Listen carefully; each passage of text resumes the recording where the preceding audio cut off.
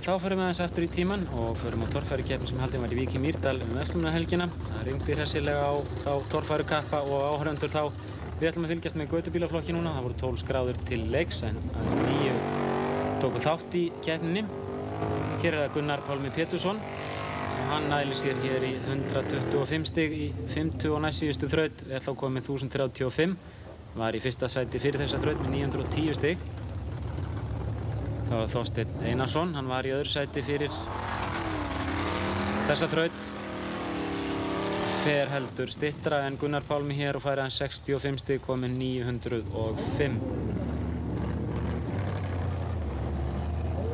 Þá er það Davíð Sigurðsson. Þessir kappar verða allir að keppa á laugardaginn í torfærukeppni bílavörubúðarinnar Fjöðrin og Stax. Og það er slagurinn Íslandsmeistaratitilinn sem í fullum gangi og hann harður í götubílaflokki. Hér fær Davíð Sigurðsson aðeins 60 stig og í fjórða sæti með 785. Það er Magnús Jóhannesson. Hann var í þriðja sæti fyrir þessa þraut, 20 stigum á eftir Þorsteini Einarsinni.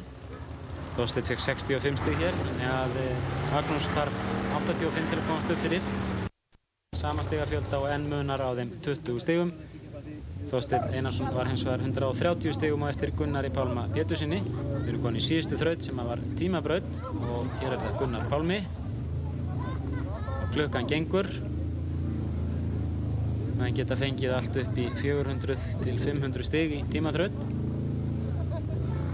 Og loksins hefur Gunnar Pálmi hér upp úr þessum pitti.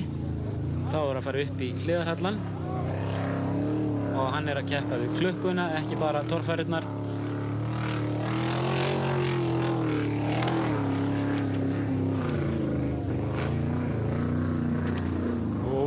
Ætlar þetta að fara eins og í sérútbúnarflokknum að Gunnar Pálmi missi af möguleikanum á fyrsta sæti með veltu hér. Hann nær þó í 240 stig þrátt fyrir þessa veltu sem verður að teljast nokkuð gott og hann lýkur keppni með 1275 stig. Þorsteinn Einarsson, Magnús Jóhannesson og Davíð Sigurðsson eiga þó allir möguleika á að skjótast fram fyrir. Það var Þorsteinn.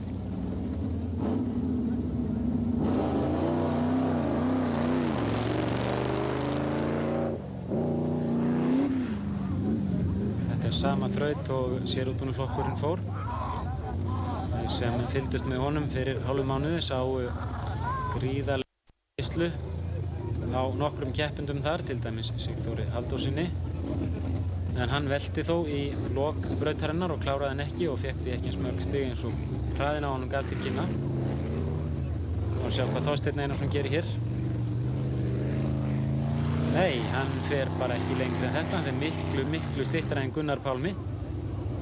Og hann fær aðeins 165 stig. Ekki náði hann Gunnari Pálma, en Gunnar Pálmi situr enn í fyrsta sæti.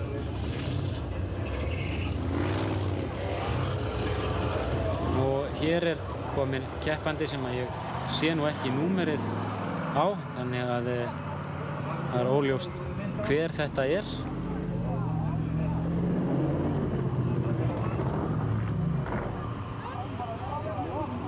Þó líklegast að þetta sé Kristján Pálmason. Fær 150 stig þrátt fyrir þessa veltu. Nú en þetta urðu úrslitin.